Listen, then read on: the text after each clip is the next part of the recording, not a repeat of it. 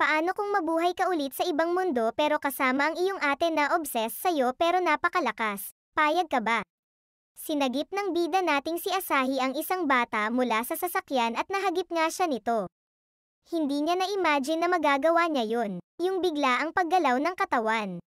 Nagtataka siya ngayon kung patay na ba siya pero nagagalak naman siya na makitang nailigtas niya ang bata.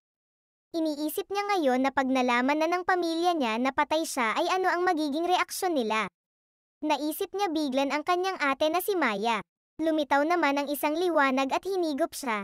Napunta na pala siya sa ibang mundo na parang natuwa pa si Asahi. Sa pag-iikot niya sa bayan, napagtanto niya kagaya ito sa RPG na nilalaro niya. Binangga naman siya ng Tab A Kang Ching at nasiyahan siya dahil kahit mukhang medieval Europe ang lugar ay nagsasalita sila ng Japanese. Napansin niya din na may guild, shop, at skill sa mundo na to na pamilyar sa kanya. Napagtanto na niya ngayon na matapos siyang maaksidente ay nabuhay siya ulit sa mundo ng video game. Tinitignan naman siya ng mga tao dito at nawi-word-ohan sa kanya kaya napahinto siya bigla. Nag-selfie din si Asahi ngunit walang signal dito, wala siyang kontak sa pamilya niya at wala pa siyang pera. Pumunta si Asahi sa isang pawn shop at bininta ang kanyang cellphone. Nagtataka naman ang owner kung sa ancient civilization pa ba ito nanggaling at nagpas siyang bilhin ito ng 500 yen. Bininta niya ang mga gamit na hindi niya magagamit dito at bumili ng equipments para sa mundong ito. Sobrang excited ni Asahi ngayon na nakahawak na siya ng totoong espada at gusto na niyang may makalaban.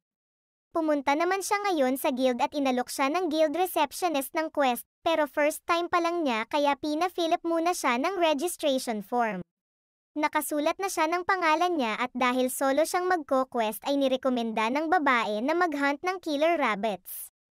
Sabik na si Asahi ngunit pagdating niya sa lugar ay isang dragon kaagad ang nakalaban niya. Hinahabol siya ngayon ng dragon at binubugahan ng apoy.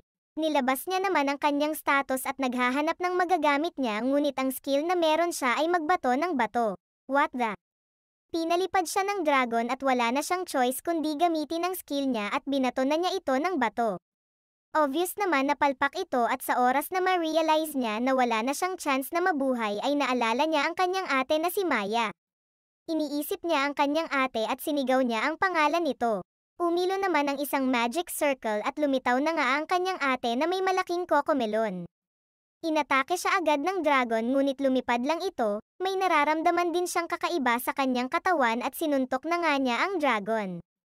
Nagulat si Asahi na na-one-hit niya ang dragon at nagtataka siya ngayon kung bakit andito siya sa mundong ito. Tinalunan naman siya ng kanyang ate dahil na-miss niya ito ng sobra at nagkikiskisan sila ng katawan. Nalaman na ngayon ni Maya na nasa ibang mundo sila. Sinabi niya kay Asahi na nakoma ito matapos ang aksidente at labis ang pag-aalala niya. Nanatili siya sa kanyang tabi at naririnig niya siya na nagsasalita tungkol sa mundong ito at tumetawa pa ito sa tuwa. Sa oras na yun ay naisip niya na baka ang kaluluwa ni Asahi ay naglakbay sa ibang mundo kaya pinaghahampas niya ang kanyang ulo sa dingding para makapunta din siya.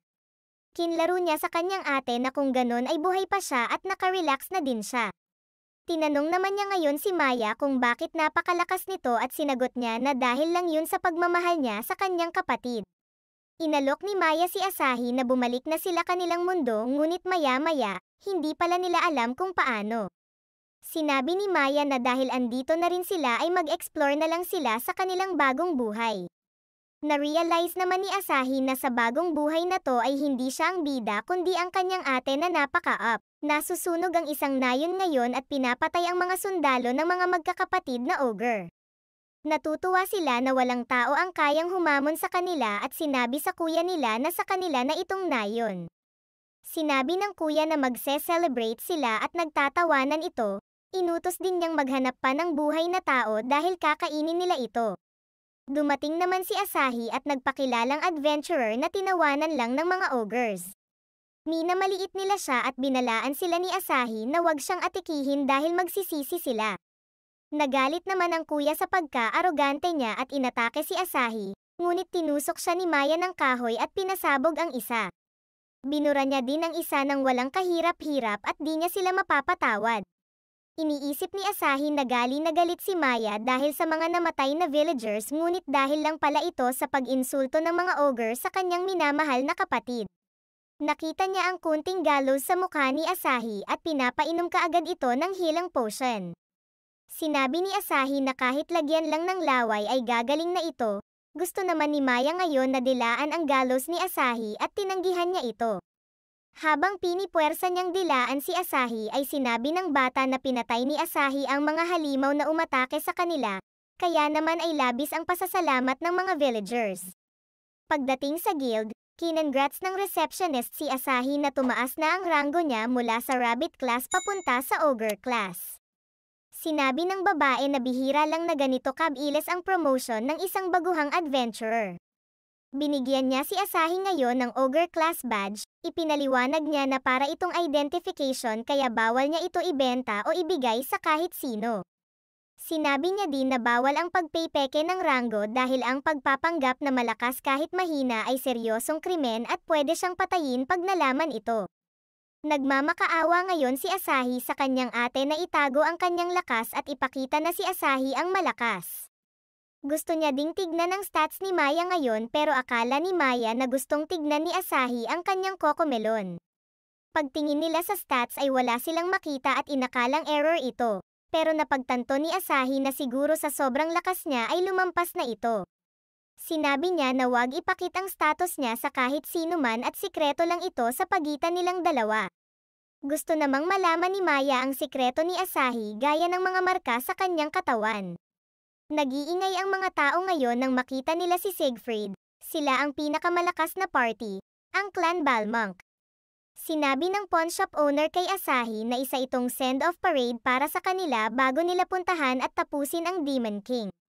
Ipinaliwanag niya kay Maya na ito ang boss ng mundo na to at minsan ay pag natalo ito ay pwede ka nang makabalik sa orihinal mong mundo. Sinabi ng owner na si Siegfried ang leader ng Balmung clan at isang dragon hunter. Isa din siyang dragon class adventurer na mas mataas ng 2 ranggo kay Asahi. Nagwawala naman ang isang lasing dahil hindi niya gusto si Siegfried. Muntik na rin niyang mapatay ang owner ng kainan dahil sa galit. Siya pala sa Delven at isa siyang ogre class dati pero na-demote at dahil umalis na si Siegfried ay natatakot sila na walang pipigil sa kanya. Sinabi naman ng matanda na may ogre class dito, si Asahi, kaya ni-request ng mga tao na pigilan si Delven. Ininsulto naman ni Delven si Asahi na pipigilan siya ng lampa kaya nainis si Maya. Sinabihan ni Asahi ang kanyang ate na huminahon at pumayag naman ito, bubugbogan lang daw niya ito hanggang sa bingit ng kamatayan at hihilingin ito na mas mabuti pa ang mabilis na pagkatigo. May plano naman si Asahi at sinabi niyang gagawin niya ang lahat ng gusto ni Maya pagkatapos. Inumpisahan na ni Asahi ang kanyang pagpapanggap at ginalit niya si Delven. Sinabi niya ding magdidi na lang sa kanyang ina. Aatake na si Delven sa kanya ngunit biniyak ni Asahi ang sahig. Nagulat ang mga tao at kagagawan pala ito ni Maya. Tinakat ni Asahi si Delven na pag nataman siya nun ay siguradong mabubure siya kaya tumakbo na ito na parang aso. Chini-cheer siya ng mga tao ngayon at di niya inakalang gagana iyon. Mamaya, siningil na ni Maya si Asahi sa promise niya kanina na gagawin ang kahit ano at sinubukan nitong halikan siya. Sa ibang lugar naman, may di kilalang babae ang pinatay ang mga malalakas na dragon at sinabi niyang ang kapangyarihan na naramdaman niya nung nakaraang araw ay gusto niya kalabanin hanggang sa kamatayan. At dyan nagtatapos ang episode isang lodi. Abangan ang next upload ko. Keep watching.